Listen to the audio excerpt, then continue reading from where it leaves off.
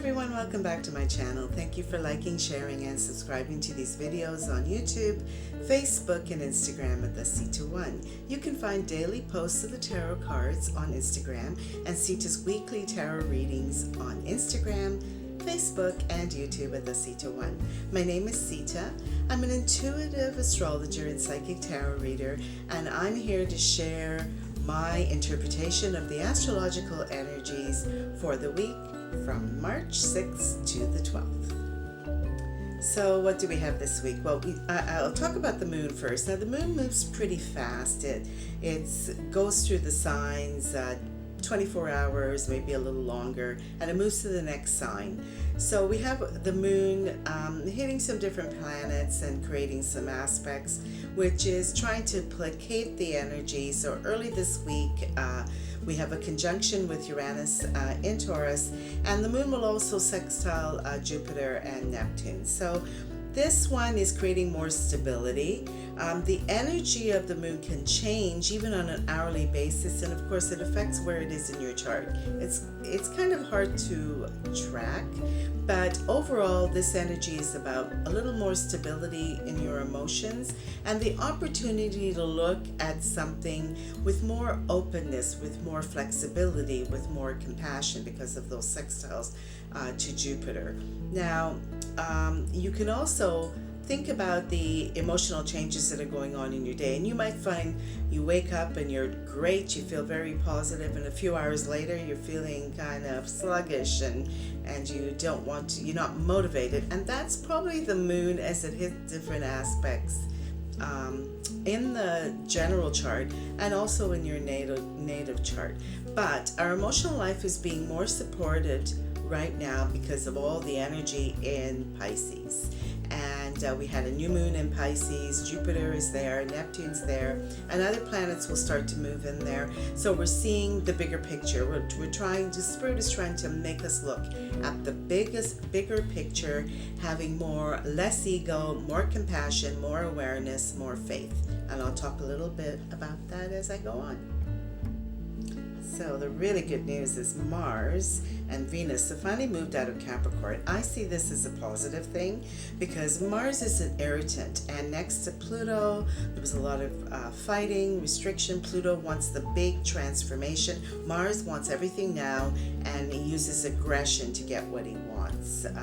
So this, and Venus is not as powerful in Capricorn, so she aligns herself with Mars. That's why that conjunction, to get what she wants. So they've moved off, the energy shifted a bit, and as Mars comes up to Saturn, he's going to find a different story because Saturn is not going to be pushed.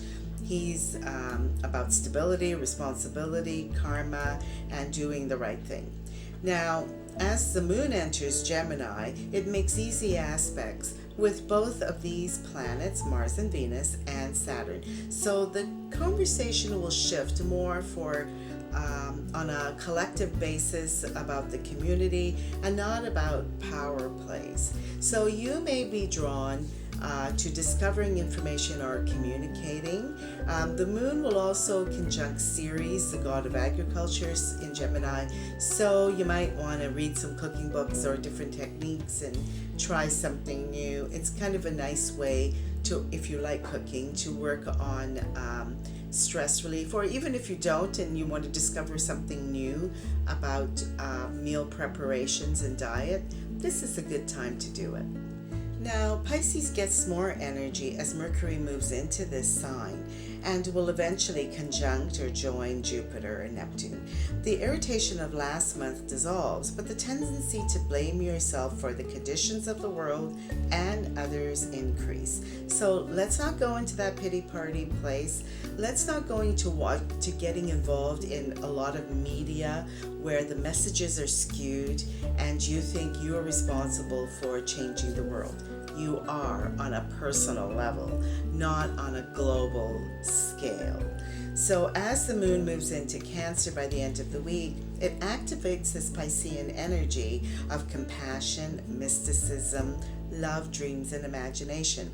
But the tendency to go overboard is also there because Jupiter's there expanding everything. So don't buy into everything you hear, see, or see. Those beliefs may not align with you and may not be practical. Though Saturn is in Aquarius and it's bringing that restriction that we need in order to take care of things in a responsible way. So Pisces is invoking this faith and hopefulness, imagination, idealism, and more dreams. And the opposite of that is the naivety in believing whatever influences are out there, especially through the media, and overlooking significant messages. So use discernment. That's what you're learning this time. But certainly the energy has loosened up a bit. I see this as positive because water really enters this equation and not so much this earth energy. The major things are still going on. Pluto in Capricorn and Uranus in Taurus, so we're not over yet. This is a very long transit. What is going on here is dissolving the old way. Pluto's digging up all the wounds, the infection, all the things that the dark places that we don't like to look at, and we have to face them and think about the way we're going to move forward, having more understanding of others and creating a better world with different rules that includes everyone and doesn't penalize people for their own unique behavior. So there it is. Keep working. Keep reaching out on a spiritual level and sending healing to the world.